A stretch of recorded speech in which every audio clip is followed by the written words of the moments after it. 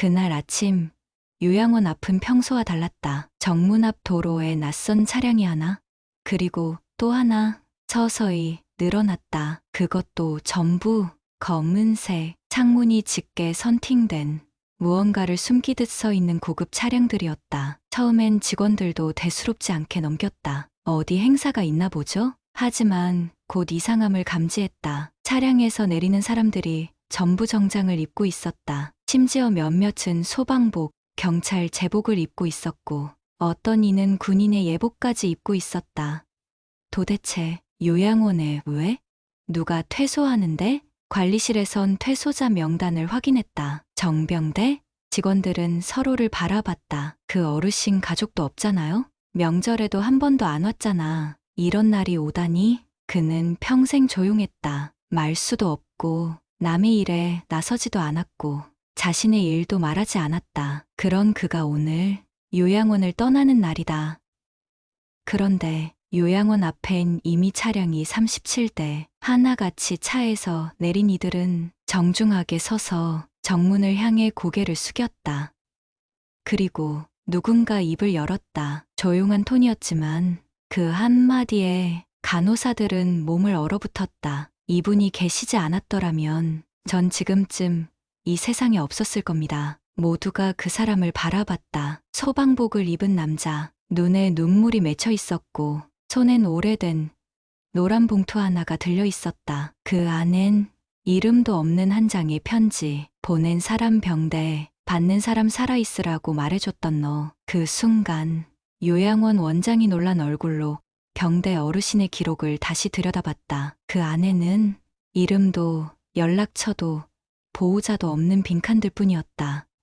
하지만 그의 인생은 누군가의 삶을 바꿔놓은 전설이었다. 검은 차량들 앞 정문 쪽으로 조용히 걸어온 한 남자. 그는 단정하게 다린 소방복을 입고 있었고 그 어깨 위로 빳빳하게 빛나는 계급장이 붙어 있었다. 지방소방본부 구조대장 민우성. 그는 요양원 앞 계단에 서더니 작은 봉투 하나를 꺼냈다. 오래되고 구겨진, 그러나 한 번도 뜯지 않은 채 소중히 간직되어 있던 그것. 그는 숨을 깊이 들이켰다. 그리고 아주 작게 중얼거렸다. 저를 구해주신 분은 가족도 아니고 스승도 아니었습니다. 하지만 제 인생 전체였습니다. 직원들은 점점 혼란스러워졌다. 몇몇은 우성의 얼굴을 알아봤다. 뉴스에 나왔던 화재 현장에서 두 아이를 구해낸 영웅 소방관. 그가 왜 요양원의 한 노인을 위해 이토록 숙연하게 서 있는 것일까? 요양원 3층 정병대 어르신의 방. 창밖에서 들리는 소리에 병대 어르신은 천천히 시선을 돌렸다. 그리고 조용히 중얼거렸다. 우성, 넌 기억했구나. 그의 눈동자에 오랜 세월 묻어둔 감정이 조금씩 번져갔다. 그는 조용히 서랍장을 열었다. 거기엔 무연고자에겐 있을 수 없을 만큼 많은 편지와 사진들이 차곡차곡 담겨 있었다. 그 가운데 한 장의 사진이 있었다. 흙먼지 자욱한 운동장, 군화가 너덜해진 사내 아이, 가슴에는 작은 명찰이 달려 있었다. 민우성 소년보호 관찰 대상. 그리고 사진 뒤편에 흐릿하게 쓰인 글자. 너는 내가 누구든 누구보다 소중한 사람이다. 그걸 매일 아침 거울 보면서 잊지 마라 병대. 정문 앞 우성은 여전히 고개를 숙이고 있었다. 그의 눈 밑엔 이미 눈물이 고여 있었고 입술은 떨리고 있었다. 그때 제가 그 골목에서 칼 들고 다니다가 체포된 날, 그 누구도 제 말에 귀 기울이지 않았습니다. 근데 그분은 하루 종일 제 앞에서 말없이 앉아 계셨습니다. 한마디도 안 하시고 그냥 제 눈을 계속 봐주셨어요. 내가 살아야 하는 이유를 그분이 주셨습니다. 직원들 사이에서도 조용한 탄식이 흘렀다. 그 어르신, 그런 분이셨어요? 누군가가 믿을 수 없다는 듯 작게 중얼거렸다. 그 순간 또 다른 검은 차량이 조용히 요양원 앞에 도착했다. 이번에는 경찰 제복을 입은 중년 남자가 내렸다. 그는 계단을 천천히 올라가더니 민우성과 눈을 마주쳤다. 두 사람은 아무 말 없이 고개를 끄덕였다. 그리고 함께 요양원을 향해 경례를 올렸다. 정병대 어르신은 그 장면을 3층 창문 너머로 조용히 바라보았다. 그리고 작게 혼잣말처럼 그러나 또렷이 말했다. 모두가 잊어도 너희는 기억해 주는구나. 그의 목소리는 작았지만 그 방 안에서 가장 깊은 울림으로 남았다. 요양원 앞에 도착한 검은 차량, 그 문이 조용히 열리자 단정하게 달인 경찰 제복이 모습을 드러냈다. 50대 중반의 남자, 짧게 깎은 머리, 선명한 인중 아래 고개를 깊숙이 숙인 채 천천히 요양원 계단을 올랐다. 사람들은 숨죽인 채 그를 바라봤다. 그의 어깨 위엔 경정 계급장이 선명하게 빛나고 있었다. 경찰청 소속 청소년 강력범죄 전담 수사관 정진혁. 그는 계단 위에 서더니 왼손을 가슴 위에 올리고 말했다. 정병대 선생님, 제가 여기까지 올 수 있었던 건 당신이 저를 붙잡아 주셨기 때문입니다. 직원들 사이에서 또 한 번 웅성임이 터져나왔다. 경찰까지?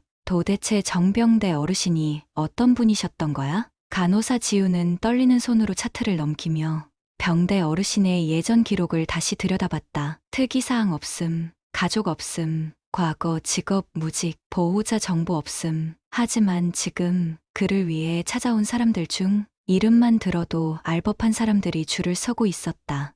3층, 병대 어르신은 창밖을 조용히 내다보다가 작은 철제 상자 하나를 꺼냈다. 그 안엔 반으로 접힌 편지 한 장과 허름한 운동화 사진 한 장이 들어 있었다. 사진 뒷면에는 삐뚤빼뚤한 글씨로 이렇게 적혀 있었다. 그때 왜 저한테 신발을 줬는지 이제 알겠습니다. 선생님, 제가 매일 아이들에게 이 말을 합니다. 넌 쓰레기가 아니야. 정진혁. 그날의 기억이 아주 조용히 떠올랐다. 20살 무렵의 진혁. 주머니에 망치 하나를 넣고 동네 구멍가게를 부수고 다녔다. 소년원과 교도소를 오가며 어차피 난 망가진 인생이라며 자기 자신을 버리던 아이. 그런 진혁을 단 한 사람만이 밤새도록 따라다니며 끝까지 말없이 곁을 지켰다. 정병대. 그때 그는 교사도 경찰도 사회복지사도 아니었다. 단지 따뜻한 밥을 나눠주는 자원봉사자였다. 진혁이 굶주린 눈으로 도시락을 훔치려 하자 병대는 말없이 도시락을 내밀었다. 그리고 흙 묻은 진혁의 신발을 보며 자신의 운동화를 벗어 그 발 앞에 놓았다. 아무 말도 하지 않았다. 다만 그의 행동이 전부였다. 그날 이후 진혁은 생전 처음 내가 누군가에게 인간 대접을 받았다는 걸 알게 되었다고 했다. 요양원 정문 앞. 진혁은 작게 말했다. 제가 그날 자살을 결심했었습니다. 하지만 그분은 도시락 하나로 제 인생을 바꿨습니다. 그의 말에 민우성 소방관의 눈시울도 다시 붉어졌다. 두 사람은 아무 말 없이 마주선 채 같은 방향을 바라보았다. 3층 창문. 그곳에서 하얀 머리카락 한 노인이 묵묵히 그들을 내려다보고 있었다. 그리고 조용히 입술을 움직였다. 그날 도시락, 김치가 짜긴 했지. 그 순간 또 다른 검은 차량이 요양원 앞에 도착한다. 차에서 내린 이는 아무런 제복도 계급장도 없었다. 대신 손에 들려있던 것은 보육원 아이들과 찍은 오래된 사진 한 장. 그 사진 속 한 남자가 소리 없이 중얼거렸다. 당신은 부모가 없던 저희 모두의 어머니였습니다. 요양원 앞에 멈춰선 세 번째 차량은 이전과 달랐다. 조용히 열리는 문, 그리고 내린 사람은 어떤 제복도 명찰도 걸치지 않은 평범한 남자였다.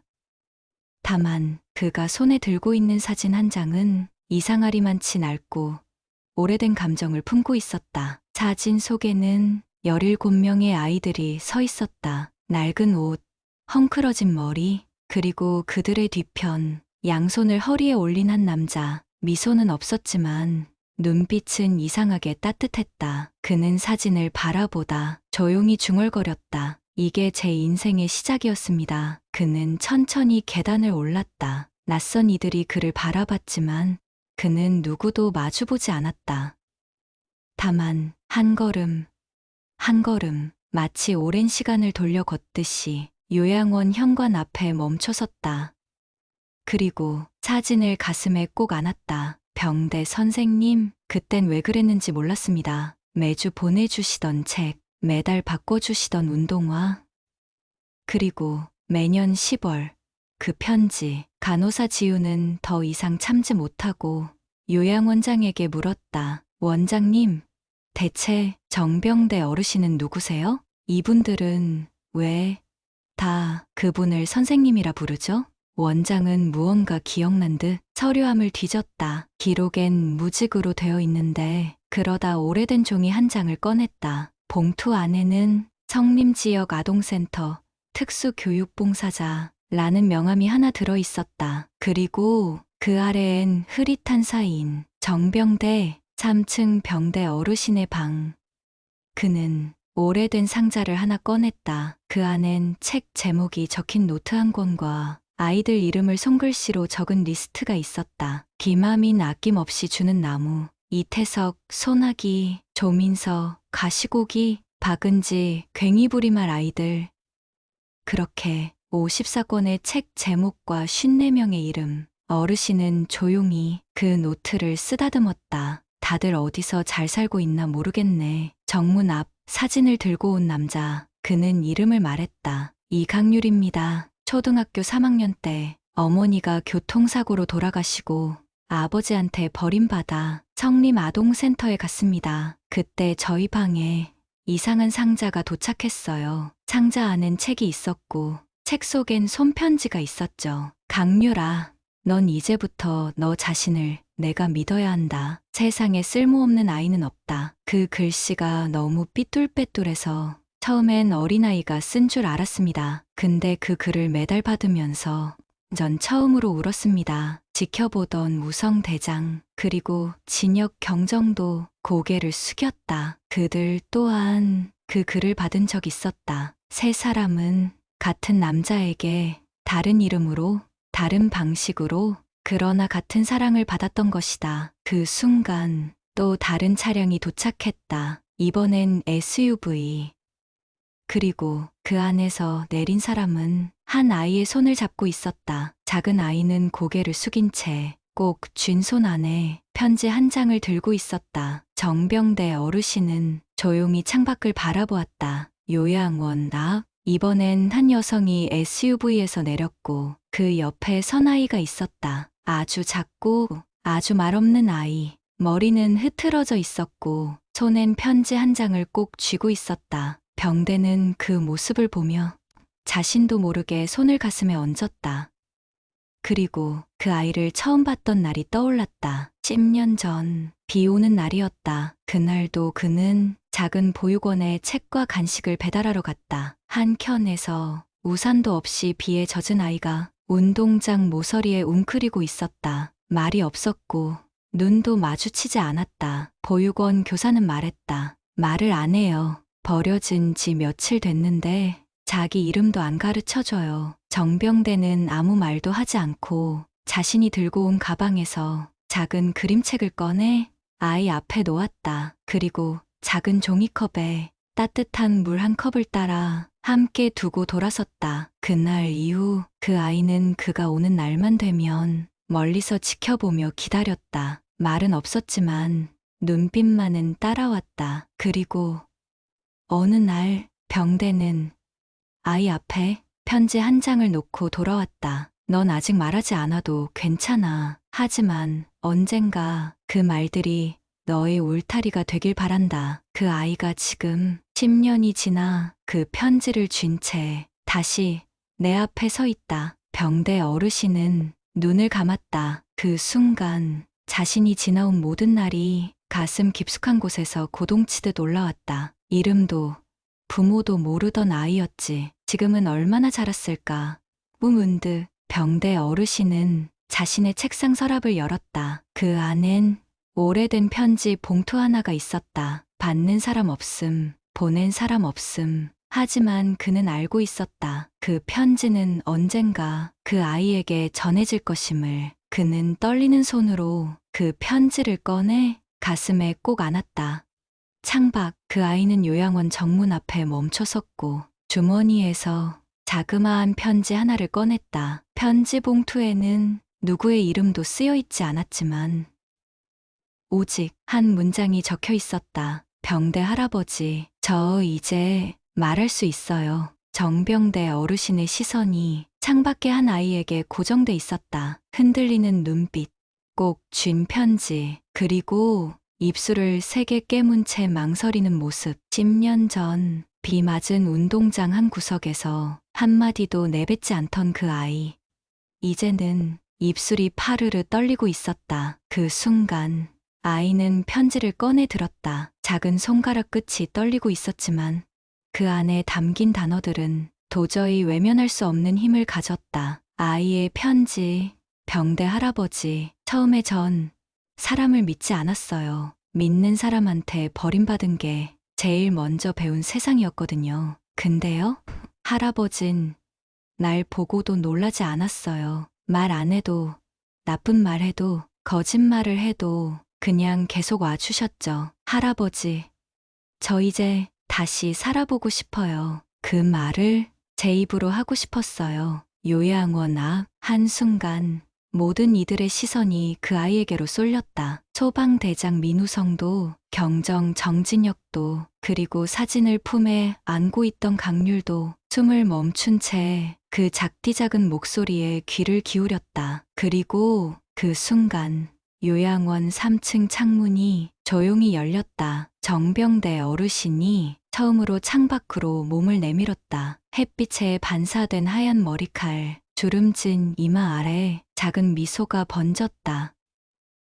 그래, 다시 살아보자. 딱 5글자. 하지만 그 순간 아이는 편지를 가슴에 꼭 끌어안고 참았던 울음을 터뜨렸다. 그 울음은 낯설지 않았다. 누군가에겐 살기 위해 흘리는 처음이자 마지막 용기의 눈물이었다. 요양원장도 간호사들도 그 자리에선 더 이상 말할 수 없었다. 그 아이가 흘린 눈물은 10년 전 정병대 어르신이 보낸 수십 장의 편지, 수십 권의 책, 그리고 수천 번의 발걸음을 모두 의미 있게 만들어주는 증거였다. 그날 밤 병대 어르신은 자신의 침대 밑깊숙이 감춰두었던 작은 나무 상자를 꺼냈다. 그 누구에게도 보여준 적 없는 상자. 그 안엔 편지들, 사진, 쪽지, 찢긴 종이, 그리고 고요히 접혀있는 봉투 하나. 그 봉투에는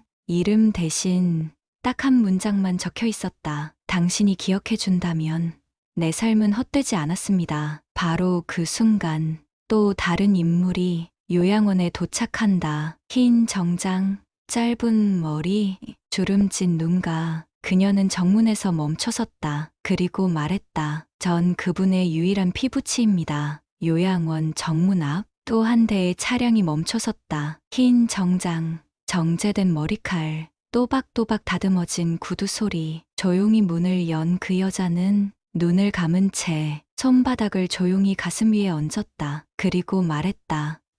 저는 그분의 유일한 혈육입니다.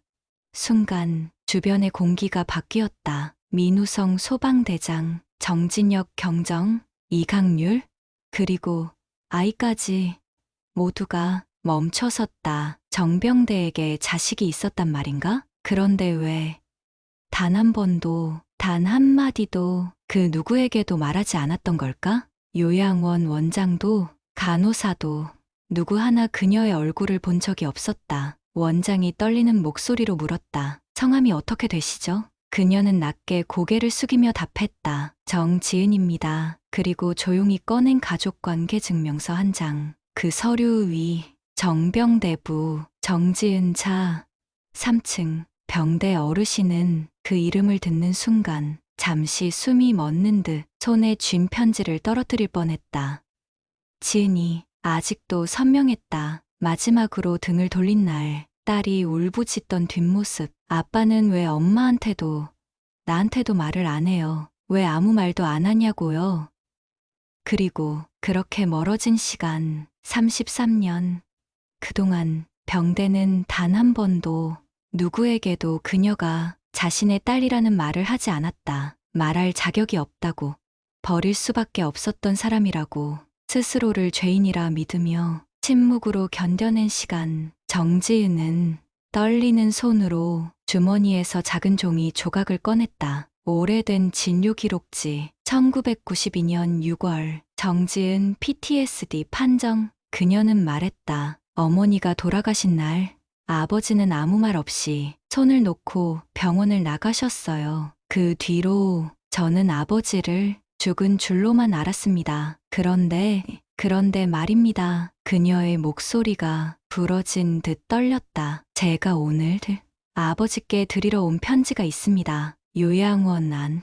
정병대 어르신은 서랍 깊숙이 감춰두었던 33년 전의 사진 한 장을 꺼냈다. 사진 작은 소녀와 검은 옷을 입은 부인, 그리고 맨 끝에 아주 작게 찍힌 자신의 모습. 그 사진 뒤엔 이 문장이 적혀 있었다. 말을 못 해준다고 해서 사랑하지 않았던 건 아니었다. 지은은 계단을 천천히 올랐다. 수십 명의 시선이 쏟아지는데도 그녀는 눈을 들지 않았다. 딱 한 사람만 그녀의 발걸음을 따라가고 있었다. 그 사람, 3층 창문 너머, 그 누구보다 작고 조용히 서 있는 한 남자. 그 남자가 천천히 고개를 끄덕였다.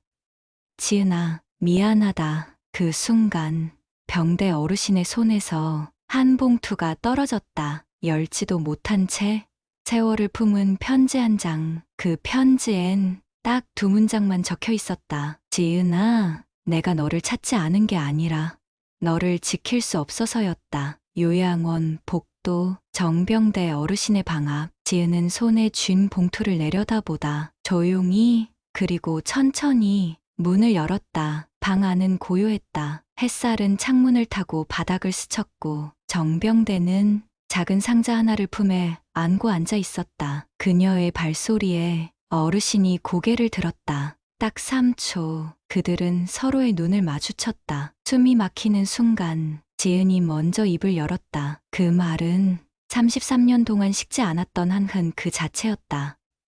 왜요? 왜 단 한 번도 절 찾지 않으셨어요? 어머니 돌아가시던 날, 저 혼자 병실에서 울고 있을 때 아버지는 뒤도 안 보고 나가셨잖아요. 무슨 말이라도 좀 해주시지. 한마디만이라도 해주셨으면 이렇게는 안 됐어요. 병대는 아무 말 없이 고개를 떨궜다. 지은의 목소리는 점점 떨리기 시작했다. 내가 그렇게 귀찮았어요? 내가 아버지 얼굴조차 떠오르지 않게 살았다고요. 근데 왜 여기 계신 거예요? 왜 아무한테도 저 있다는 말 안 하셨어요? 도대체 왜 나만 이렇게 살아야 했어요? 왜요? 그 순간 병대 어르신이 천천히 고개를 들었다. 눈가가 붉게 젖어 있었다. 그의 목소리는 조용했지만 무너진 벽처럼 무거웠다. 지은아, 아빠가 널 버린 게 아니야. 너를 지킬 수 없었어. 지은은 그 자리에 주저앉아 버렸다. 눈물이 뺨을 타고 흘러내렸고 숨소리는 점점 격해졌다. 지킨다는 게 그거였어요? 33년 동안 아무 말도 안 하는 게 그게 지키는 거였냐고요. 그럼 난요? 내 삶은요? 전 지금까지 이 세상에서 누구보다 외로웠다고요. 병대 어르신은 천천히 걸음을 옮겨 딸 앞에 무릎을 꿇었다.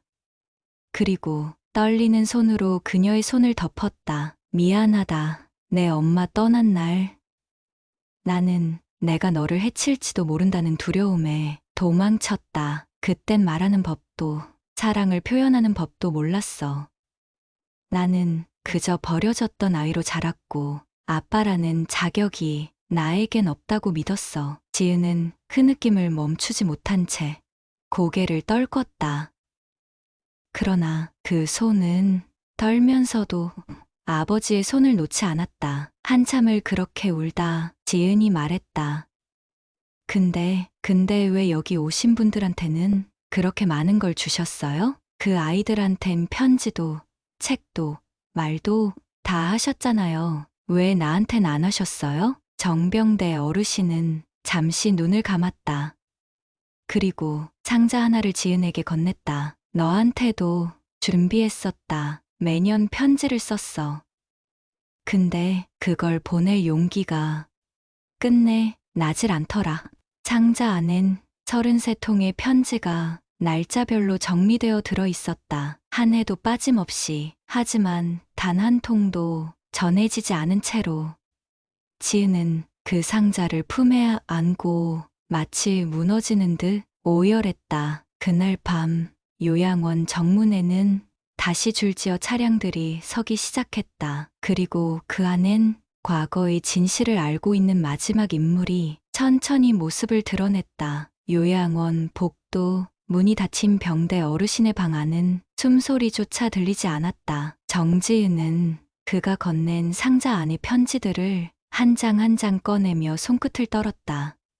1년, 2년, 5년, 10년, 무려 33년 동안 전해지지 못한 말들이 노란 봉투 속에서 숨막히듯 쏟아졌다. 그 중 1992년 6월 14일자 처음 쓰임 편지 한 통. 어머니가 세상을 떠난 바로 다음 날. 지은아, 미안하다. 말을 해야 하는데 할 수가 없다. 너를 안아줘야 하는데 손이 벌벌 떨려서 다가설 수가 없다.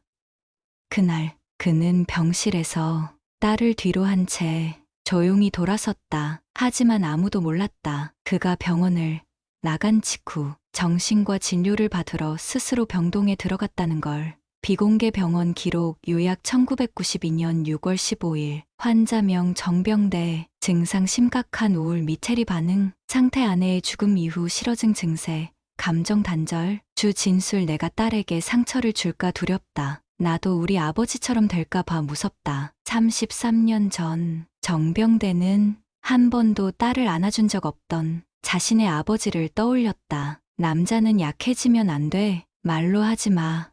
손으로 다스려. 그 말들을 들으며 자란 유년기. 아내가 떠난 날 그는 결국 무너졌다.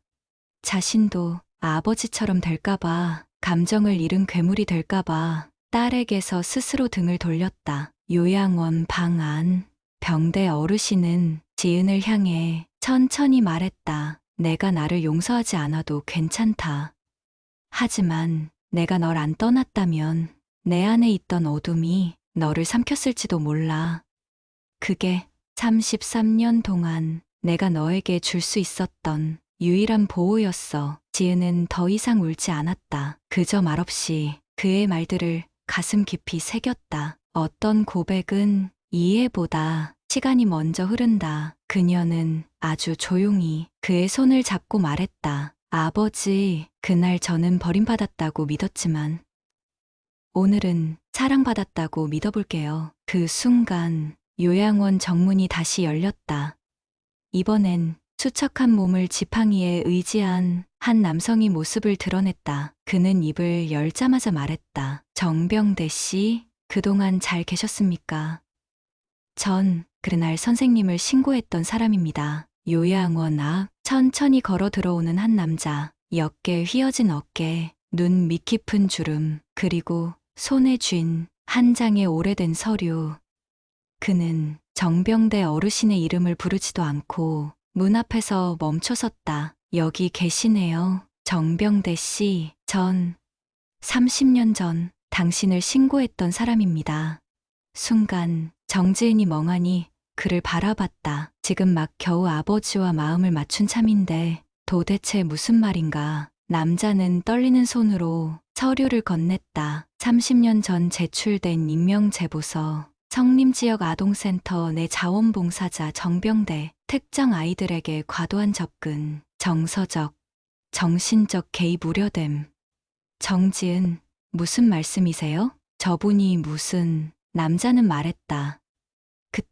그땐 제가 옳다고 믿었어요. 그 애들한테만 책을 주고 그 애들한테만 도시락을 따로 챙기고 말도 없이 앉아있는 그 모습이 도저히 불안했어요. 그런데 지금 와서 보니 내가 망가뜨린 거였더군요. 그 사람의 삶을. 과거 회상 1994년 정병대는 여느 날처럼 작은 도시락을 싸서 보육원에 나타났다. 아이들이 눈빛으로 그를 찾았고 그는 조용히 책과 도시락을 나눴다. 그 광경을 멀리서 누군가 지켜보고 있었다. 보육원 행정직원 박노식. 그는 과거 학대받은 경험이 있는 전직 시설 아동이었다. 그는 지나치게 친절한 사람에 대한 트라우마가 있었고 어느 순간 정병대의 조용한 봉사를 왜곡된 시선으로 보기 시작했다.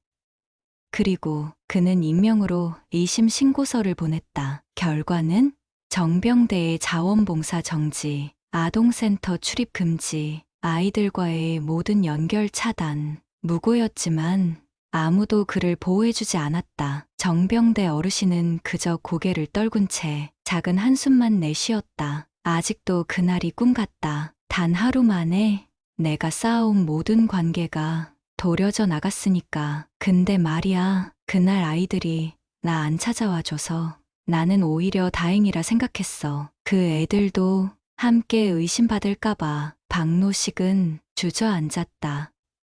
전 당신이 그 후로 요양원까지 숨었는지 몰랐습니다. 그런데 지금 이 자리에 와보니 수십 명의 사람들이 당신을 아버지라 부르더군요. 그걸 보고 전 평생 죗값을 치른 것 같았습니다. 그 순간 지은은 조용히 아버지 옆에 앉았다. 그녀는 박노식을 똑바로 바라보며 말했다. 우리 아버지는 누구보다 많은 아이를 지켜낸 사람이에요. 하지만 아무도 그 아버지를 지켜주진 않았어요. 요양원 입구, 또 하나의 검은 차량이 도착한다. 그리고 그 안에서 내리는 인물, 한 아이, 정장 차림, 손엔 작은 플라스틱 케이스, 그 안엔 DNA 검사 결과서가 있었다. 요양원 정문, 천천히 문이 열리고 또 하나의 그림자가 들어왔다. 정장을 단정히 입은 소년, 17 정도 되어 보이는 나이, 손에는 하얀 케이스 하나가 들려 있었다. 플라스틱 커버 위엔 굵은 글씨로 이렇게 쓰여 있었다. DNA 검사 결과서. 정병대 어르신은 그 아이를 본 순간 숨이 멎는 듯한 기시감을 느꼈다. 소년의 눈빛, 자기 어린 시절과 너무 닮아 있었다. 아이의 발걸음은 조용했지만 확고했다. 그는 어르신 앞에 멈춰 서더니 고개를 숙이며 말했다. 정병대 씨, 이 서류는 어머니가 돌아가시기 전 저에게 남기고 간 마지막 유산입니다. 그리고 그걸 열어보는 순간 전 처음으로 세상이 너무 원망스러웠습니다. 병대 어르신의 눈썹이 살짝 떨렸다. 너 어머니가 누구니? 소녀는 봉투를 열었다. 한 장의 사진이 들어있었다. 사진 소, 병대 어르신과 어린 여성 한 명, 지금의 지은이 아니었다. 더 어리고 더 외로운 얼굴. 소년이 말했다. 그분은 성림보육원에서 아버지를 도우셨던 봉사자 중 한 분이었어요. 그리고 당신의 아이를 가졌습니다. 하지만 그때 신고 사건 이후 보육원이 폐쇄되면서 그분은 아무 말도 못하고 떠났습니다. 정병대 어르신의 눈동자가 크게 흔들렸다. 그게 무슨 말이냐? 그건 말이 안 돼? 소녀는 눈을 떨구며 조용히 말을 이었다. 어머니는 저에게 아버지에 대해 단 한마디도 하지 않으셨습니다. 그저 너는 그냥 이 세상에 혼자 왔다고 생각해라. 그게 전부였어요. 근데요? 어머니가 병상에 누워 마지막으로 남긴 말은 이거였어요. 그 사람은 좋은 사람이었다. 내가 나약했을 뿐이야. 소녀는 검사지를 꺼내 병대 어르신에게 건넸다. 그 종이 위엔 분명한 결과가 적혀 있었다. 부자관계 99.9% 일치. 정지은은 뒤에서 그 말을 듣고 자신도 모르게 한 걸음 뒤로 물러섰다. 또 다른 자식이 있었다는 거예요? 병대 어르신은 그 자리에 그대로 주저앉았다. 숨이 막히는 듯 가슴을 움켜쥐며 천천히 중얼거렸다. 난 정말 몰랐다. 아무도 그 어떤 말도 하지 않았어. 어떻게 이 아이까지. 소녀는 그의 앞에 천천히 무릎을 꿇었다. 그리고 이렇게 말했다. 전 왜 제가 그렇게 외롭게 살아야 했는지 이해하지 못했어요. 그런데 오늘 이 앞에 서 있는 수많은 사람들을 보면서 알게 됐어요. 왜 당신이 제 아버지가 되어야 했는지요. 그 누구도 못했던 걸 당신은 아버지란 이름 없이 이미 하고 계셨더라고요. 그 순간 또 다른 사람이 요양원 정문을 지나왔다. 지팡이를 짚은 노인, 정병대 어르신보다 더 늙고 더 말라붙은 눈빛. 그 노인이 문 앞에 서며 말했다. 병대야, 넌 결국 그날의 죗값을 다 치른 게 아니야. 정문 앞 지팡이를 짚은 노인이 느리게 그러나 확고히 걸어왔다. 기척이 묘했다. 공기마저 한순간 얼어붙는 듯했다. 그 노인은 정병대 어르신을 보자 입술을 꾹 다물더니 아주 낮은 목소리로 말했다. 그 나이 먹도록 아직도 그렇게 멍청하냐, 병대야. 순간 주변의 사람들 얼굴이 굳었다. 병대 어르신은 얼어붙은 듯 그 자리에 그대로 섰다. 아버지, 33년간 그 누구에게도 꺼낸 적 없던 그 단어. 아버지. 그 노인은 불쑥 의자 하나를 당겨 앉더니 한참을 말없이 주변을 둘러봤다. 이게 내가 만든 일이냐? 사람들 줄 세워서 무슨 천사놀이라도 하는 거냐? 정병대. 넌 절대 그런 이름 가질 자격 없는 놈이야. 모두가 할 말을 잃었다. 지은은 소리 없이 입술을 깨물었고 소녀는 노인의 눈을 똑바로 바라봤다. 민우성 소방대장이 조용히 다가와 물었다. 이분은 누구십니까? 병대 어르신은 천천히 대답했다. 내 아버지요. 정만수. 정만수 과거 기록 19만 5,060년대 교사. 가정 내 폭력으로 2차례 고발됨. 징계 후 퇴직 이후 행방 불명. 자녀 1명 정병대. 병대는 말했다.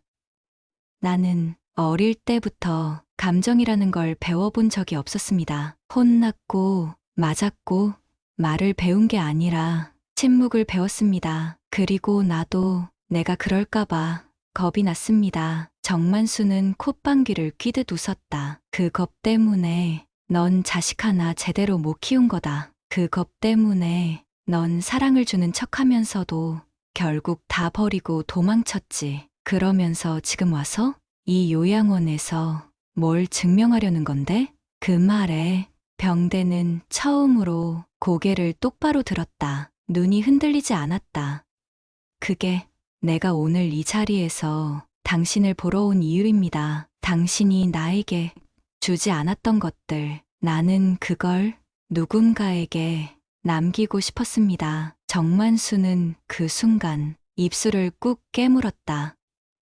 그럼 나는 뭔데? 내 인생에서 내가 지금까지 한 행동은 결국 다 나를 지우기 위해서였던 거잖아. 그게 효도냐? 병대야? 병대는 말했다. 아버지, 전 효도 같은 거 모릅니다. 전 그저 아버지 없이 자랐던 아이들에게 어른 한 명만은 있어야 한다고 생각한 것뿐입니다.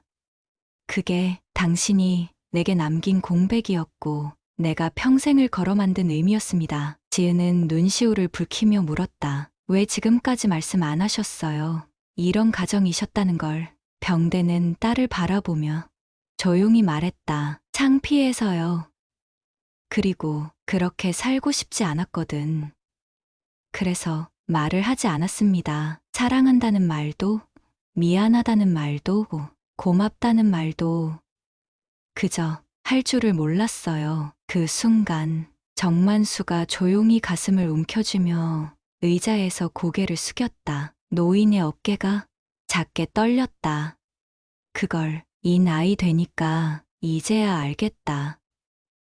난 내가 너한테 남긴 게 두려워서 도망친 거였구나. 정만수, 그는 그저 굳게 닫혔던 입을 조금씩 열고 있었다. 요양원 벤치 끝에 앉은 두 사람, 아들 정병대, 아버지 정만수. 말이 오가지 않아도 그 사이의 공기엔 수십 년 동안 묻어있던 무거운 침묵이 천천히 녹고 있었다. 정만수는 갑자기 쿡 헛기침을 하더니 입을 열었다. 나도 어릴 적엔 내 머리 만지면서 이 자식 내 손 잡고 학교 가겠지. 그런 상상도 했어. 근데 이상하게 입 밖으로 그 말이 안 나왔다. 그게 나야. 병대야. 그게 내가 너한테 남긴 전부였어. 정병대 어르신은 그 말에 아무 대꾸도 하지 않았다.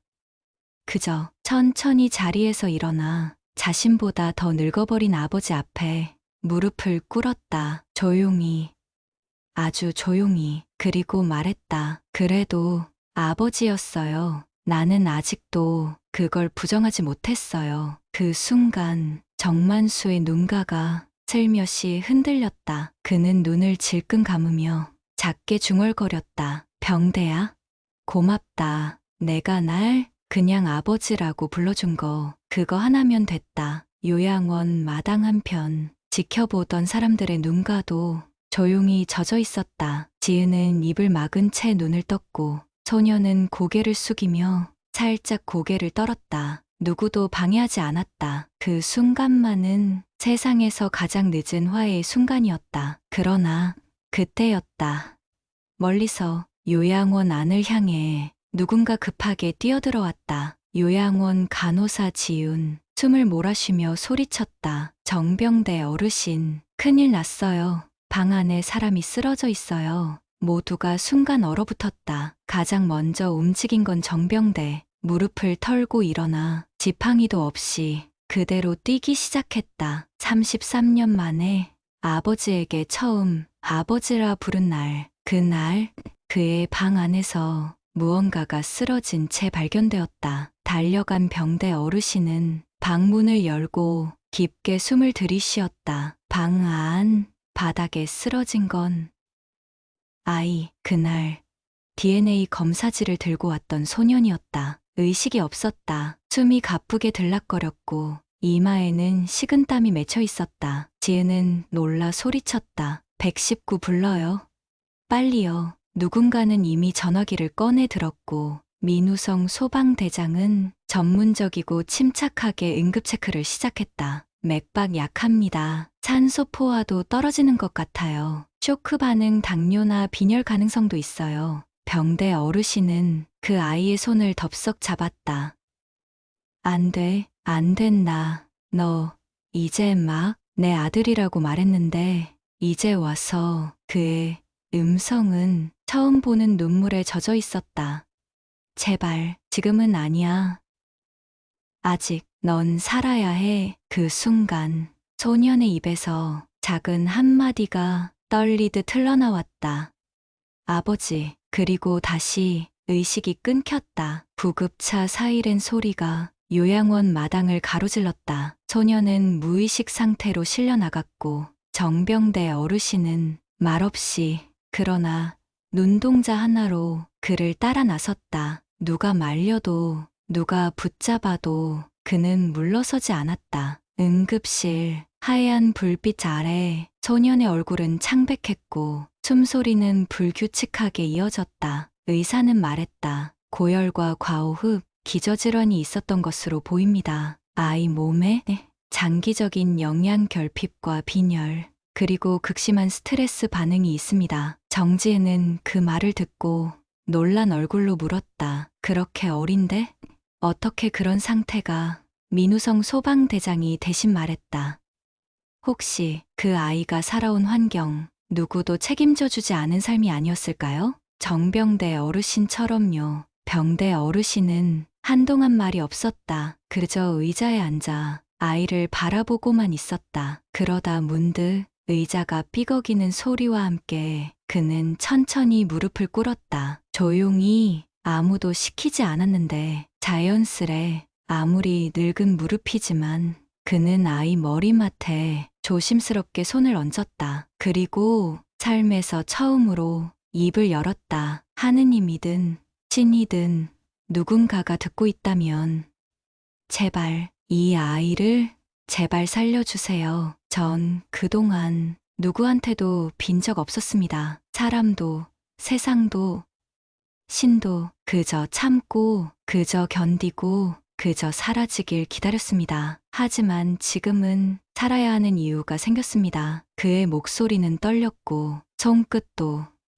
눈빛도 모두 흔들리고 있었다. 이 아이는 이제 막 저를 아버지라고 불렀습니다. 이 세상에서 그 말이 그렇게 따뜻하게 들릴 줄 몰랐습니다. 제 삶에 처음으로 들어온 봄 같았습니다. 병대 어르신은 손으로 아이의 이마를 감쌌다. 그리고 다시 속삭였다. 전 이제 이 아이를 지키고 싶습니다. 누구처럼 버리지 않을 겁니다. 그러니 제발 이 아이를 저보다 하루만 더 살게 해주세요. 그날 밤 병원 복도엔 등을 구부린 노인이 한참을 움직이지 않고 무릎 꿇고 있었다.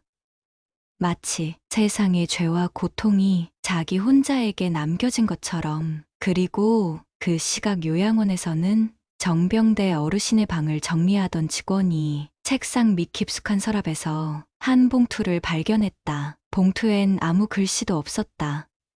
다만 그 안에는 정병대의 진짜 유언장이 들어 있었다. 요양원, 정병대 어르신의 방, 정리를 돕던 직원 지윤이 서랍 밑 깊숙한 곳에서 한 봉투를 발견했다. 종이는 발에 있었고 겉면엔 아무런 수치인도 발신인도 없었다. 하지만 봉투 뒷면을 들춰보자 아주 작은 글씨로 연필로 눌러 쓴 문장이 있었다. 혹시라도 이걸 보는 사람이 있다면 이건 기억되지 않아도 되는 사람의 기록입니다. 유언장 정병대 1점 제 장례는 가족의 동의 없이 무연고 처리 바랍니다. 2점 요양원 기록은 폐기 바랍니다. 3점 물건은 불태워 주십시오. 4점 단 아래의 명단에 있는 이들에게는 편지를 전달해 주십시오. 지유는 손을 떨며 명단을 읽었다. 민우성 소방본부 구조대장, 정진혁 경찰청 경정, 이강률 청년농부, 김하민, 박은지, 조민서, 그리고 마지막 줄 정지은, 이름 모를 소년. 지유는 눈가가 젖은 채 원장에게 유언장을 전했고 원장은 그 자리에서 직원들과 함께 울음을 삼켰다. 이분 살아서는 누구에게도 말하지 않고 이렇게 많은 사람을 남기고 가셨네요. 병원, 회복실, 소녀는 산소호흡기를 낀 채 깊은 잠에 빠져 있었다. 병대 어르신은 하얀 커튼 너머로 그를 지켜보다가 조심스럽게 작은 봉투 하나를 꺼냈다. 그 안엔 노란 종이에 또박또박 써내려간 편지가 들어 있었다. 그는 편지를 꺼내 읽지도 않은 채 소년의 손에 쥐어주었다. 그리고 침묵 속에서 그의 머리맡에 앉아 속삭였다. 이건 원래 내가 살아있을 때 넌 몰랐으면 좋겠다고 쓴 편지였다. 그런데 말이야, 이젠 그럴 수가 없을 것 같다. 잠시 후 소년이 아주 천천히 눈을 떴다. 희미하게 눈앞에 형체가 보이기 시작했다. 소년, 여긴 어디? 정병대 어르신은 그 말에 조용히 대답했다.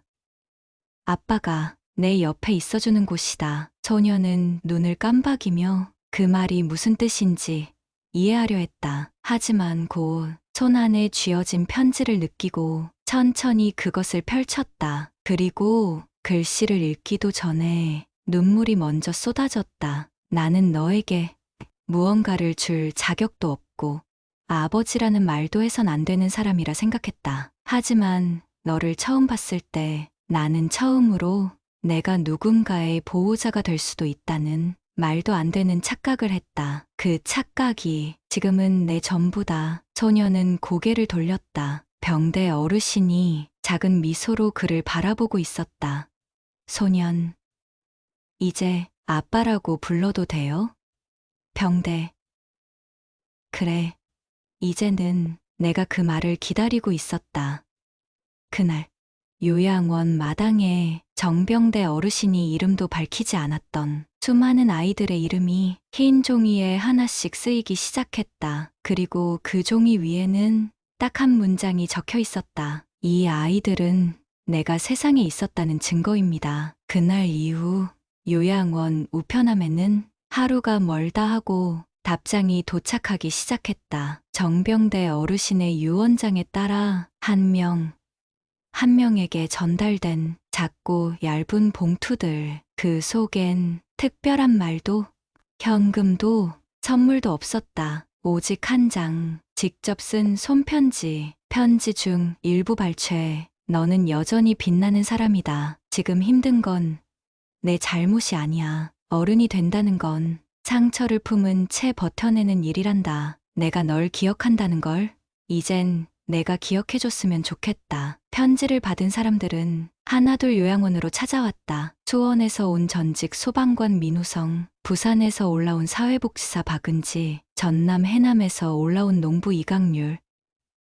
그리고 초등학교 교사가 된 김하민. 그들 모두는 손에 편지를 쥔 채 요양원 앞에 조용히 줄을 섰다. 전 20살 때 선생님이 주신 소나기를 지금까지 간직하고 있습니다. 하민, 가끔 무너질 때 그 편지 다시 읽고 다시 일어났습니다. 은지, 세상에서 날 기억해주는 사람은 선생님 한 분뿐이었어요. 강률, 요양원 마당, 정병대 어르신은 휠체어에 앉아 창밖을 바라보고 있었다. 그는 하나둘 모여드는 사람들을 보며 작게 미소 지었다. 또 왔구나. 우리 아이들. 지은은 말없이 아버지 옆에 앉아 차 한 잔을 따라 드렸다. 아버지, 이렇게 많은 사람이 다들 아버지를 기억하고 있었어요. 왜 그걸 저한테는 한 번도 말씀 안 하셨어요? 병대는 차를 한 모금 마시고 조용히 말했다. 내가 한 게 자랑할 만큼 대단한 일은 아니니까. 그냥 내가 줄 수 있는 걸 조용히 주고 싶었을 뿐이야. 그 순간 소년이 요양원 마당으로 걸어 나왔다. 한참을 서 있던 병대는 그를 바라보다 조용히 말했다. 왔구나. 소년은 고개를 끄덕였다. 그리고 주머니에서 다 쓴 수첩 하나를 꺼내 어르신 앞에 내밀었다. 이건 제가 오늘까지 받은 편지에 적힌 문장들을 베껴 쓴 거예요. 근데요, 이 수첩을 다 채우고 나니까 저도 누군가에게 편지를 써보고 싶어졌어요. 그 말에 정병대 어르신의 눈가가 젖었다.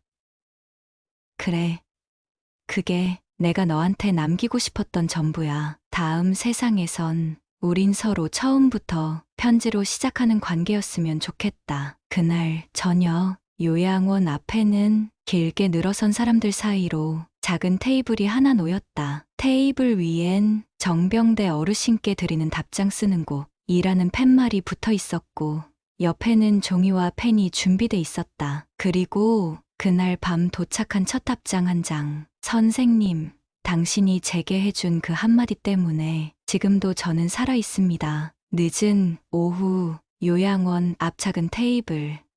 소녀는 말없이 종이를 꺼내 오래된 만년필을 들었다. 그리고 한참을 고개 숙여 있다가 천천히 첫 줄을 써내려가기 시작했다. 소년의 편지, 정말 오랜만이에요. 엄마, 사실 난 지금까지 당신이 남기고 간 유서처럼 살아왔어요. 세상에 혼자 남겨졌다고 믿으면서 누구한테도 마음을 주지 않았고 주는 사람도 없다고 생각했어요. 그런데 어느 날 어떤 할아버지가 말도 없이 제 옆에 앉아주더군요. 말보다 따뜻한 행동이 이 세상에 있다는 걸 그분이 처음 가르쳐 주셨어요. 소녀는 편지를 접어 요양원 마당에 설치된 작은 우체통에 조심스레 넣었다. 그 우체통에는 전하지 못한 마음을 대신 보내드립니다. 라는 문구가 적혀 있었다. 그 모습을 멀리서 바라보던 정병대 어르신. 그는 천천히 휠체어를 돌려 소파가 있는 작은 거실로 들어왔다. 창가에는 지은이 서 있었고 그녀는 조용히 말했다. 아버지, 그 편지 누구한테 쓴 거예요? 정병대 어르신은 한참을 침묵하다 창밖을 바라보며 입을 열었다. 처음이자 마지막으로 내가 용서받고 싶었던 사람, 너희 어머니야. 지은은 눈이 커졌다. 엄마요? 전 엄마에 대해 거의 기억이 없어요. 그날 혼자 병원에 남겨졌던 순간밖에. 병대는 고개를 끄덕였다. 그날 넌 엄마를 잃었고 난 너를 멀리했지. 하지만 사실은 나도 잃었어. 가족이란 이름을 그날 전부 묻었지. 지은은 조용히 다가와 아버지 손을 꼭 잡았다. 엄마가 돌아가신 게 아버지 때문이라는 말 한 번도 해본 적 없어요. 하지만 이제는 아버지가 그렇게 자신을 미워했던 이유가 뭔지 알 것 같아요. 병대는 눈을 감은 채 딸의 손을 꼭 잡았다. 난 늘 사람을 붙잡는 법보다 놓는 법을 먼저 배웠다. 근데 이제야 그게 얼마나 무서운 일이었는지 안다. 그때였다. 요양원 전화가 울렸다. 탁, 벨소리가 유난히 길게 이어졌다. 간호사 지훈이 전화를 받더니 이상한 표정으로 병대 어르신을 바라봤다. 어르신, 서울의 모 방송사에서 연락이 왔습니다. 정병대 어르신께서 과거 돌봤던 소년들이 자발적으로 만든 모임 이야기가 퍼지면서 방송 제작팀에서 촬영 요청이 들어왔어요. 순간 병대 어르신은 깊게 고개를 숙였다. 방송은 조금 과한 거 아닐까? 지은이 조용히 물었다. 왜요? 이제 좀 밝게 알려줘도 되는 거 아닌가요? 병대는 작게 웃었다. 그게 아니라 내가 남긴 건 말이 아니라 사람이었으면 좋겠거든. 그냥 기억은 조용히 남는 게 더 따뜻할 수도 있으니까. 하지만 그날 밤 요양원 입구에 한 남자가 찾아왔다. 중절모를 눌러 쓴 남자. 그는 묻지도 따지지도 않고 지훈에게 이렇게 말했다. 정병대라는 사람 지금 여기 있습니까? 저는 그에게 버림받은 사람입니다. 저녁 무렵 요양원 로비, 조용한 분위기 속 중절모를 눌러 쓴 한 남자가 무거운 걸음을 옮겨 들어왔다. 접수대를 지키던 간호사 지훈이 고개를 들었다. 도와드릴까요? 남자는 짧게 대답했다. 정병대 어르신을 찾아왔습니다. 어르신과의 관계는? 남자는 주머니에서 오래된 흑백 사진 한 장을 꺼냈다. 사진 속엔 10대 소년이 무표정한 얼굴로 정병대 옆에 서 있었다. 저는 그분이 외면했던 아이입니다. 소식을 들은 정병대 어르신이 휠체어를 밀고 거실로 나왔다. 마주 앉은 둘 사이에 짙은 침묵이 흘렀다. 정병대가 먼저 입을 열었다. 혹시 도연이냐? 남자의 표정이 흔들렸다. 기억하시는군요. 전 장도연입니다. 그때 그날 이후 선생님은 저를 찾지 않으셨죠. 정병대는 고개를 숙였다. 그래, 그날 이후 너를 찾지 못했다. 못한 게 아니라 안 하신 거죠. 도연의 목소리가 낮지만 단호했다. 다른 아이들에겐 도시락을 주고 책을 보내고 편지를 썼다면서요. 근데 왜 전 아무것도 못 받았을까요? 정병대는 떨리는 숨을 삼켰다. 넌 나를 닮았었어. 어린 시절의 나처럼. 그래서 더 무서웠다. 도연의 눈가가 일렁였다. 무서워서 버리셨다고요? 아니다. 버린 게 아니라 제대로 잡아주지 못했어. 내가 나 자신을 용서하지 못했거든. 정지은과 소년도 한쪽에서 조용히 이 대화를 지켜보고 있었다. 도연은 한참 말이 없다가 마침내 입을 열었다. 전요, 선생님의 그 말 한마디가 필요했어요. 미안하다든지 내 잘못이 아니다라는 말. 근데 그 말 한마디가 없어서 저는 계속 제 자신을 미워하면서 살아왔습니다. 정병대는 눈을 감고 말했다. 미안하다, 도연아. 정말로 널 보낼 생각은 아니었어. 널 감당할 자신이 없었던 내 죄지. 도연은 조용히 중절모를 벗었다. 그의 눈가엔 눈물이 고여 있었다. 이 말, 지금에서야 들을 줄은 몰랐어요. 그는 정병대의 앞에 앉아 조용히 말을 이었다. 근데 이상하게도 듣고 나니까 좀 살 것 같네요. 정병대가 살며시 손을 내밀었다. 도연이 망설이다 그 손을 잡는다. 지훈이 로비로 다가와 말을 건넸다. 어르신, 서울의 방송국에서 연락이 왔어요. 어르신께서 돌봤던 아이들의 모임 이야기가 알려지면서 방송 인터뷰 요청이 들어왔대요. 정병대는 고개를 저었다. 방송은 됐어요. 난 그냥 조용히 기억되면 그걸로 충분해요. 지은이 말했다. 근데 누군가는 꼭 알아야 할 이야기 같아요. 그 순간 요양원 전화가 다시 울렸다. 지훈이 받더니 잠시 말을 잇지 못하고 고개를 든다. 어르신, 또 다른 분이 찾아오셨답니다. 지은이 고개를 돌린다. 누구요? 지훈은 조심스럽게 말했다. 그분은 자신이 정병대 어르신의 친자식일지도 모른다고 했습니다. 요양원 상담실, 정병대 어르신은 휠체어에 앉아 있었고 정지은과 도연, 그리고 새로 도착한 남자 김민석이 마주 보고 앉아 있었다. 민석 씨라고 하셨죠? 어떤 일로 지은이 조심스럽게 말을 꺼냈다. 민석은 깊은 숨을 들이쉰 후 말했다. 전 어르신의 아들이라고 들었습니다. 어머니가 돌아가시기 전 마지막으로 남긴 말이 너희 진짜 아버지는 정병대였거든요. 정병대의 눈썹이 미세하게 떨렸다. 그 이름 김애란 혹시 너 어머니 성함이 민석이 고개를 끄덕였다. 맞습니다. 김애란 씨. 어르신께서 젊은 시절 잠시 인연을 맺으셨던 분이라 들었어요. 방 안의 공기가 묘하게 무거워졌다. 지은은 입을 다문 채 아버지를 바라봤고 도연은 그 자리에 그대로 얼어붙은 듯했다. 정병대는 이마를 짚으며 천천히 말을 이었다. 에란이는 내가 가장 미안한 사람 중 하나야. 내가 전방에 배치돼 있을 때 아무것도 해주지 못했지. 민석이 말했다. 어머니는 평생 아버지를 원망하면서도 그리워하셨어요. 저도 처음엔 믿지 않았습니다. 하지만 어머니 유품 속에 있던 사진, 편지 그리고 이 요양원 주소, 그는 봉투를 하나 꺼내 지은에게 건넸다. 지은은 천천히 그 안을 들여다봤다. 그 안엔 정병대 어르신과 젊은 김애란 여사가 함께 찍은 사진, 그리고 병대의 이름이 적힌 군 우편엽서들이 들어있었다. 지은이 조용히 말했다. 이걸 왜 지금까지 숨기신 거예요?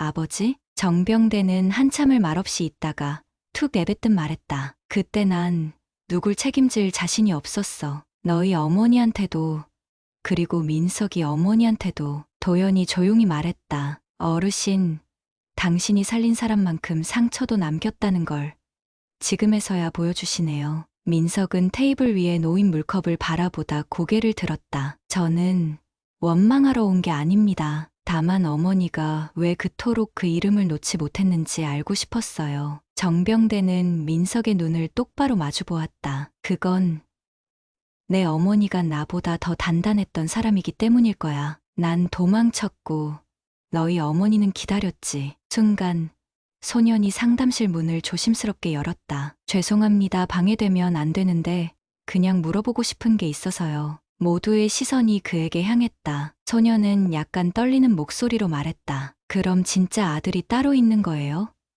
그러면 나 같은 건 그냥 스쳐간 아이인 건가요? 정병대는 휠체어를 돌려 천천히 소년 앞에 섰다. 그리고 무릎을 살짝 굽혀 눈높이를 맞췄다. 넌 내 기억에 남은 아이야. 그리고 넌 내가 기억하고 싶은 아이야. 피보다 오래가는 건 때로 기억이란다. 소녀는 그 말을 듣고 잠시 멍하니 있다가 고개를 끄덕였다. 지은도, 도연도, 민석도 아무 말 없이 그 장면을 지켜봤다. 그날 밤, 요양원 앞에 작은 트럭이 도착했다. 트럭 안에는 낡은 책상과 의자, 오래된 타자기 하나, 그리고 편지 쓰기 체험부스라는 팻말이 붙어 있었다. 지윤이 물었다. 이건 뭐죠? 소년이 씩 웃으며 대답했다. 앞으론 제가 사람들한테 편지를 받아볼 거예요. 어르신처럼. 그리고 그 뒤로 다시 누군가가 요양원 문을 두드렸다. 이번엔 낯선 여인이었다. 그녀는 입을 열었다. 저도 정병대 씨께 할 말이 있습니다.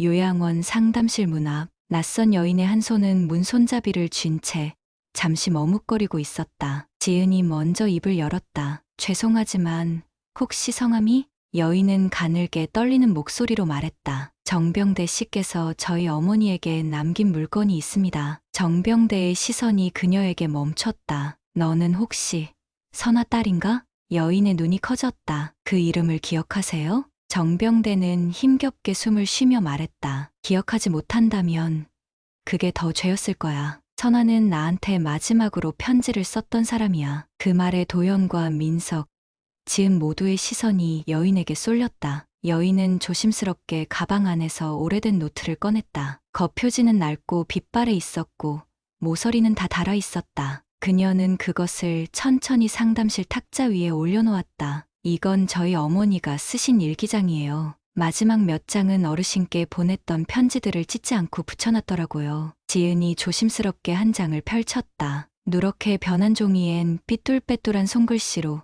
이런 문장이 적혀 있었다. 그 사람은 날 몰라봤을 거야. 아마 수많은 이름 중 하나일 테니까. 그래도 나는 그 사람을 잊지 않았다. 내 인생에 단 한 번 빛처럼 스쳐간 이름. 정병대. 정병대는 입술을 질끈 깨물었다. 그의 손이 미세하게 떨리기 시작했다. 그 아이 이름이 뭐라고 했지? 여인이 대답했다. 정진우요. 어머니가 그렇게 이름을 지었대요. 당신 성을 그대로 따서요. 지은은 옆에 앉아있던 민석을 돌아봤고 민석은 충격을 감추지 못한 표정으로 진우를 바라보았다. 그럼 진우도 아버지의 정병대가 그 말을 끈듯 조용히 말했다. 모두 나와의 시간에서 파생된 아이들이구나. 도연은 중얼거리듯 말했다. 기억 속 이름들 그게 결국 당신이 책임지지 못한 과거였군요. 여인은 일기장의 마지막 장을 넘기며 말했다. 그리고 여기에 어르신에 대한 마지막 메시지가 있어요. 그 사람에게 고맙다고 말하고 싶다. 내가 그 사람 덕분에 잠시라도 꿈꿀 수 있었던 시간. 그건 누구도 대신할 수 없었다. 상담실 안은 무거운 침묵에 휩싸였다. 정병대는 그 일기장을 양손으로 감싸쥐며 말했다. 내가 한 사람의 삶에 그렇게까지 의미 있는 존재였다는 게 두렵기도 하고 너무 늦었단 생각도 든다. 소년 진우는 조용히 말했다. 근데요, 그렇게 많은 사람들을 위해 살아오셨다면 한 번쯤은 자신을 위해 살아보셔도 되지 않을까요? 지은이 웃음을 머금고 말했다. 아버지, 지금부터라도 시작해보세요. 우린 지금 모두 모였잖아요. 병대는 고개를 천천히 끄덕였다. 그래, 지금부터라도 내가 남긴 이름들과 함께 살아보마. 지훈이 문을 열며 들어섰다. 어르신, 서울에 있는 시민기록관에서 연락이 왔어요. 어르신의 삶을 기록으로 남기고 싶다고 하네요. 병대가 잠시 하늘을 바라보며 중얼거렸다. 이제서야 내 이름이 누군가의 기록에 남겨지는구나. 그러자 소년 진우가 말했다. 그 이름, 앞으로는 우리가 계속 불러드릴 거예요. 서울 시민기록관 3층 이친 인물 자료실. 지은은 정병대 어르신의 휠체어를 밀고 조심스럽게 전시실 안으로 들어섰다. 도연, 민석, 그리고 진우도 함께 뒤를 따르고 있었다. 조용한 공간, 오래된 서류들과 사진들이 유리 진열장에 정리되어 있었다. 담당 학예사인 박진수 큐레이터가 이들을 반겼다. 정병대 어르신 맞으시죠? 오래 기다렸습니다. 어르신의 기록, 이미 저희도 일부 수집해두고 있었습니다. 병대가 의아해하며 물었다. 내 기록을요?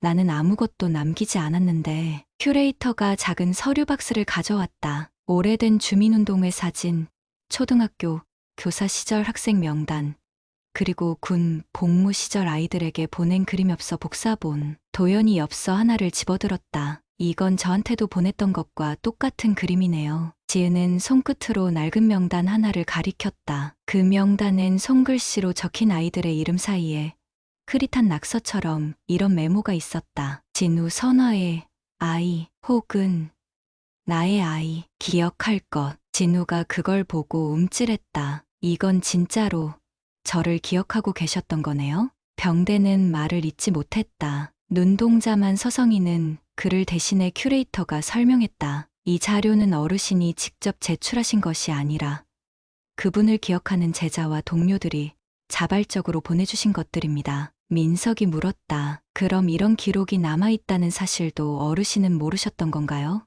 큐레이터는 미소를 머금고 고개를 끄덕였다. 맞습니다. 기억은 개인의 것이기도 하지만 공동의 것이기도 하니까요. 누군가에게 남겨졌다면 그건 기록입니다. 지은이 병대를 바라봤다. 아버지, 기억되고 있었네요. 우리가 몰랐던 방식으로요. 병대는 천천히 눈을 감았다가 떴다. 살아온 시간이 헛되진 않았다는 생각이 지금 처음 든다. 그때 진우가 또 다른 진열장을 가리켰다. 여기요.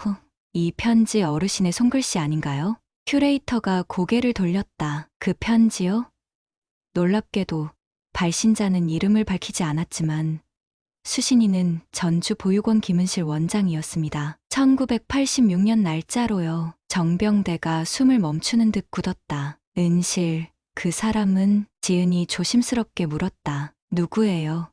은실이라는 분은? 병대는 목이 메인 채 겨우 말을 뱉었다. 내가 마지막까지 만나지 못했던 사람, 그리고 내게 사죄할 기회를 끝내주지 않았던 유일한 사람. 진우가 살짝 다가와 말했다. 그럼 지금이라도 만나러 가요. 아직 늦지 않았을 수도 있잖아요. 박 큐레이터가 작게 덧붙였다. 사실 김은실 원장은 3년 전까지 생존해 계셨다는 확인이 있습니다. 하지만 그 이후 기록이 끊겼습니다. 다만 그는 서류 한 장을 꺼내 지은에게 건넸다. 이게 마지막으로 접수된 주소입니다. 누군가는 그곳에서 기다리고 있을지 모릅니다. 병대는 진우의 손을 잡았다. 그럼 나를 기다릴 마지막 이름을 향해 가보자꾸나. 전주 외곽 오래된 골목 끝 작은 양옥집. 낡은 대문 앞에 정병대 어르신의 휠체어가 멈췄다. 지은과 도연, 진우, 민석까지 네 사람이 병대를 둘러싸며 조용히 숨을 삼켰다. 지은이 대문 초인종을 누르려던 그때 잠깐만. 병대가 손을 들어 막았다. 은실이 나를 보자마자 문을 닫을 수도 있어. 아니면 날 기억조차 못할 수도 있고. 진우가 조용히 말했다. 그럼 할아버지가 기억하면 되잖아요. 상대가 몰라줘도 기억하는 사람이 있으면 그게 진짜니까요. 병대는 천천히 고개를 끄덕이며 초인종을 눌렀다. 띵동. 잠시 후 문이 열렸다. 안쪽에서 백발의 노인이 천천히 나왔다. 지팡이에 몸을 의지한 채 미간을 좁히며 이들을 바라봤다. 여기 무슨 일이죠? 지은이 조심스럽게 말했다. 혹시 김은실 원장님 맞으신가요? 노인은 잠시 아무 말 없이 이들을 보다가 시선을 정병대에게 멈췄다. 그 목소리, 그 눈빛 혹시 정병대 씨? 병대는 입술을 굳게 다문 채 고개를 끄덕였다. 그래, 은실이 맞구나. 순간 은실의 눈가가 파르르 떨렸다. 그녀는 잠시 등을 돌려 깊은 숨을 내쉬더니 문을 활짝 열었다. 들어오세요. 묻고 싶은 게 아주 많습니다. 좁은 거실, 오래된 찻잔 2개 사이에 앉은 2사람. 지은과 일행은 멀찍이 떨어져 앉아 조용히 지켜봤다. 은실이 먼저 말을 꺼냈다. 왜 이제야 왔죠? 병대는 힘겹게 말했다. 내가 너무 늦었지. 마지막까지 도망치고 있었어. 기억이라는 이름 뒤에 숨어서. 은실은 한참을 바라보다가 낡은 사진첩을 꺼냈다. 그 안엔 수십 장의 보육원 아이들 사진. 그중 한 장엔 어린 진우가, 그리고 그 뒤로 군복 입은 젊은 병대가 흐릿하게 서 있었다. 이 사진 기억하죠? 병대는 떨리는 손으로 사진을 만지며 천천히 눈을 감았다. 이날 내가 내게 진우를 책임지라 했는데 난 그걸 외면했어. 은실이 날 선뜻 묻는다. 왜였죠? 그땐 그 아이가 당신 아들일지도 모른다 생각하지 않았나요? 생각은 했지. 근데 그게 두려웠어. 그걸 인정하는 순간 난 도망칠 수 없게 될까봐. 그 말을 들은 진우는 입술을 깨물었다. 하지만 은실은 고개를 끄덕였다. 당신이 떠난 그날 이후 진우는 아버지 얘기를 하지 않았어요. 대신 당신이 쓴 그림엽서를 품고 다녔죠. 병대가 놀란 표정으로 진우를 바라봤다. 그걸 아직도 갖고 있었니? 진우는 가방에서 그 그림엽서를 꺼냈다. 가장자리가 닳고 빛이 바랜 채. 이게 저한테는 유일한 가족의 증거였어요. 은실은 조용히 말했다. 진우는 당신을 증오하지 않았어요. 그저 한 번쯤 이름 불러주길 바랐던 거죠. 병대는 깊게 고개를 숙였다. 진우야, 지금이라도 늦지 않았다면 내가 내 아버지로 살 수 있을까? 진우는 잠시 망설이다가 천천히 고개를 끄덕였다. 조건이 하나 있어요. 뭔데? 오늘부터 매일 저한테 이름을 불러줘요. 그냥 아무 일 없었던 것처럼. 병대는 눈시울을 붉히며 말했다.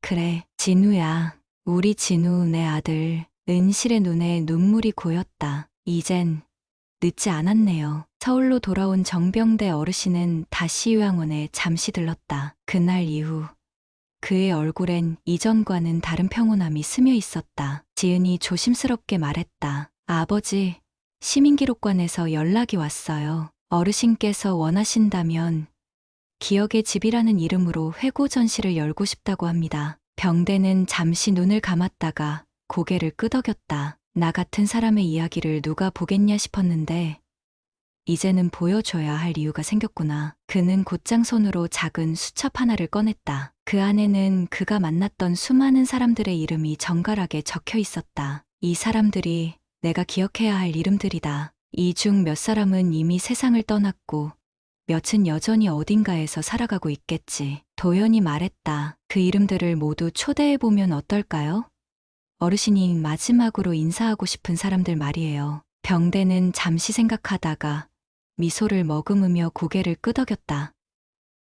그래, 그들도 내 인생의 조각이었으니까 마지막 조각 퍼즐을 완성하자. 며칠 후 초청장이 전국 곳곳으로 보내졌다. 손글씨로 직접 쓴 초대장엔 이렇게 적혀 있었다. 그날 제가 불러드리지 못한 이름들이 있습니다. 이제야 용기를 내어 불러봅니다. 한 번쯤은 제 이름을 기억해 주시던 분들께 감히 인사를 드리고 싶습니다. 정병대 드림. 그리고 마침내 기억의 집 첫 전시날 요양원 앞마당에서 작게 마련된 조용한 행사. 그날 아침 요양원 앞 도로는 예상치 못한 풍경으로 가득했다. 검은 차량들이 줄지어 서 있었다. 한두 대도 아니고 수십 대, 그리고 마침내 100대를 넘어섰다. 요양원 원장과 직원들이 놀란 눈으로 바깥을 내다보았다. 지은도 당황한 얼굴로 도연에게 속삭였다. 이게 무슨 일이야?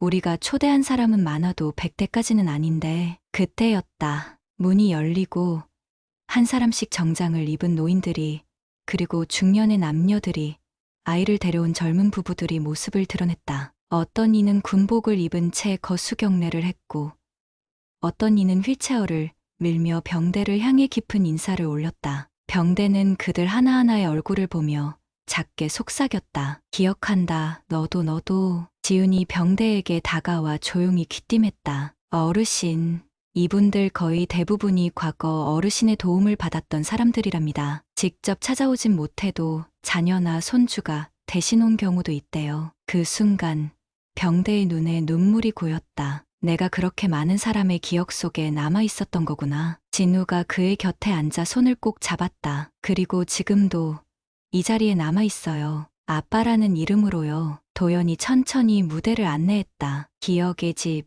전시장 한쪽에선 작은 영상이 재생되고 있었다. 병대가 봉사하던 시절 사진과 손편지, 그리고 아이들의 웃음소리. 사람들이 줄을 서서 천천히 그 영상과 기록들을 돌아보며 어떤 이는 웃고 어떤 이는 눈물을 훔쳤다. 그날 정병대는 마지막으로 무대에 올랐다. 그리고 마이크 앞에서 천천히 입을 열었다. 저는 지금까지 이름 없이 살았다고 생각했습니다. 하지만 오늘 여러분 덕분에 알게 됐습니다. 저는 너무 많은 이름 속에 살아 있었다는 것을요. 장례는 고요한 감동 속에 잠겼다. 그리고 마지막 장면, 천천히 무대 아래로 내려오는 병대의 휠체어. 누군가 뒤에서 천천히 박수를 시작했고, 그 박수는 곧 장례를 가득 메웠다. 기억의 집 전시가 끝난 지 며칠 후, 요양원은 다시 조용한 일상으로 돌아왔지만 사람들의 발걸음은 계속 이어지고 있었다. 진우는 매일 요양원 앞 벤치에 앉아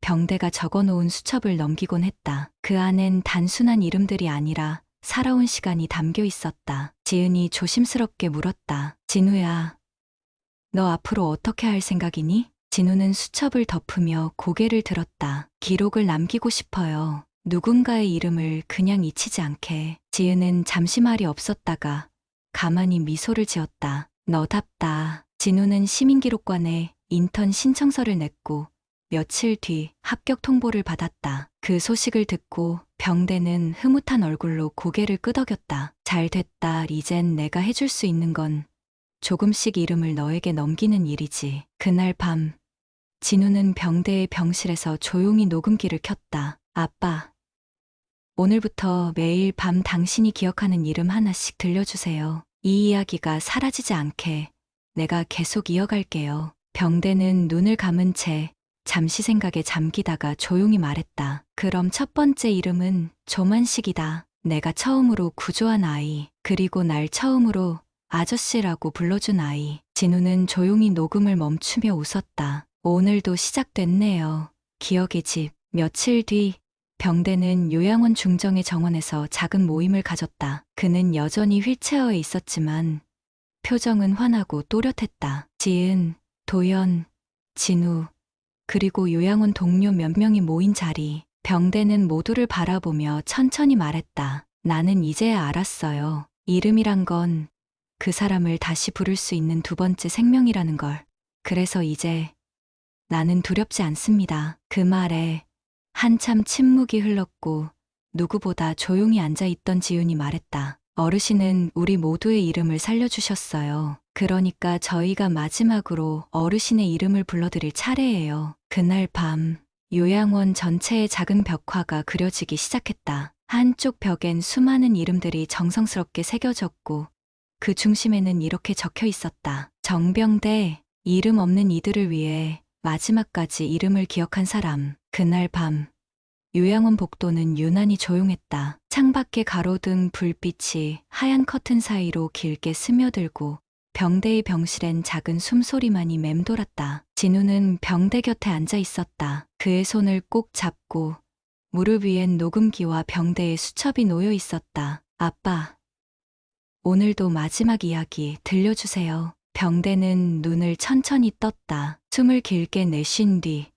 아주 작게 속삭였다. 오늘은 내 이름을 말해야겠다. 진우는 조용히 녹음기를 켰다. 정병대, 사람들이 오래도록 잊지 않았으면 하는 이름이다. 이름 없는 이들을 기억하기 위해 내 이름조차 바치고 싶었던 사람, 그리고 누군가에게 잠시나마 아버지였던 사람. 말이 끝나고 병대는 조용히 눈을 감았다. 그날 밤 그는 더 이상 이름을 부르지 않았다. 그리고 이른 새벽, 요양원 전체엔 바람이 조용히 스며들었다. 간호사가 병실 문을 열었을 땐 병대는 미소를 머금은 채 조용히 잠들어 있었다. 그의 손엔 여전히 진우의 손이 얹혀 있었다. 장례식은 작고 단정하게 치러졌다. 그러나 그의 인생처럼 조용하지만 큰 울림이 있었다. 그날 기억의 집엔 수많은 사람들이 다녀갔다. 그가 구조한 아이, 그에게 책을 빌려줬던 노인, 그가 손잡아줬던 노숙인까지 각자의 사연과 눈물을 지닌 채